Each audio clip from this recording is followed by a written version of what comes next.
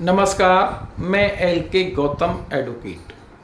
YouTube channel legal right and procedure, website www.lkgautam.com में आपका स्वागत करता हूं। अक्सर करके आप और हम देखते हैं या आम बोलचाल की भाषा में जो आम व्यक्ति है वो ये समझता है हर जनपद में कहीं कोर्ट भवन न्यायालय बने हैं तो वो उन्हें न्यायालय समझता है। सतही तौर पर जहाँ कोई बिल्डिंग है उस बिल्डिंग को हम न्यायालय समझते हैं। ये सतही तौर पर समझा जाता है और समझना ठीक है, न्यायालय है। लेकिन वो न्यायालय नहीं है, वो केवल एक बिल्डिंग है जहां न्यायिक कार्य बैठ के किए जाते हैं। कोई भी न्यायाधीश ऐसा नहीं है किसी निश्चित स्थान पर बैठकर न्यायिक कार्य करे। कोई न्यायाधीश किसी भी स्थान पर बैठकर न्यायिक कार्य कर सकता है। वो एक चौपाल भी हो सकती है, वो एक खुला एरिया भी हो सकता है, वो एक बाग भी हो सकता है, बगीचा भी हो सकता है। इस तरीके से हम कोर्ट कैंपस को कोर्ट कहते हैं, वो बारीकी में ठीक नहीं है, सतही तौर पर वो ठीक हो सकता है। आज आपके सामने सेक्शन 20 न्यायालय, जिसे हम इंग्लिश में कोर्ट ऑफ जस्टिस कहते हैं, समझने का प्रयास करते हैं। ये कोर्ट ऑफ जस्टिस जो परिभाषा है वो आईपीसी के उद्देश्य से है। वैसे कोर्ट को एविडेंस, सीआरपीसी और अन्य अधिनियम में परिभाषित किया गया है, वहां उनके अर्थ अलग अलग हैं, आशय अलग अलग है। लेकिन आईपीसी की सेक्शन 20 को हम देखेंगे तब हिंदी में शब्द न्यायालय प्रयोग होता है और इंग्लिश में शब्द कोर्ट ऑफ जस्टिस प्रयोग होता है। क्योंकि कोर्ट ऑफ जस्टिस को यहां समझने के लिए थोड़ा बारीकी में आना पड़ेगा।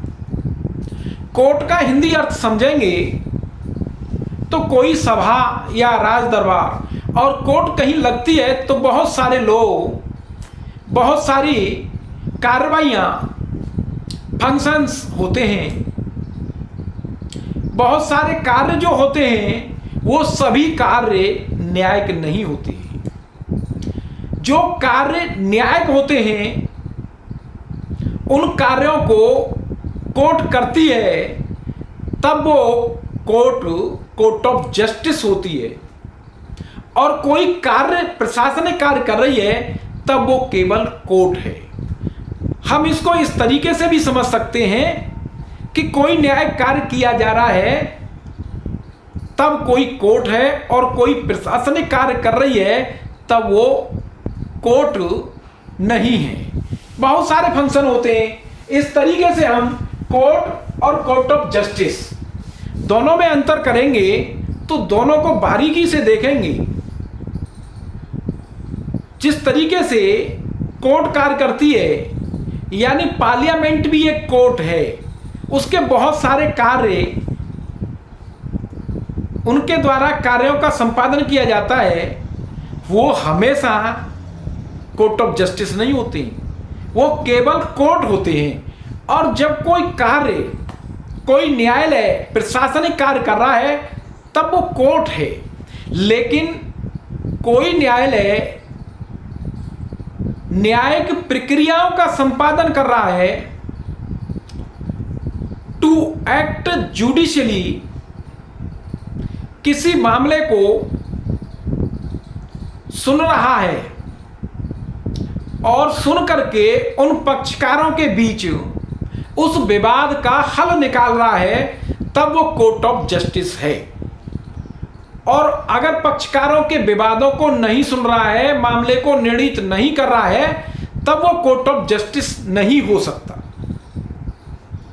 केवल उसके द्वारा कुछ कार्यों का संपादन किया जा रहा है। इस तरीके से मैंने आपके सामने कोर्ट और कोर्ट ऑफ जस्टिस के अंतर को रखने का प्रयास किया, न्यायालय को आपके सामने रखने का प्रयास किया। अक्सर करके न्यायालय का तात्पर्य उस स्थान और भवन से निकालते हैं जहां न्यायिक कार्य किए जाते हैं।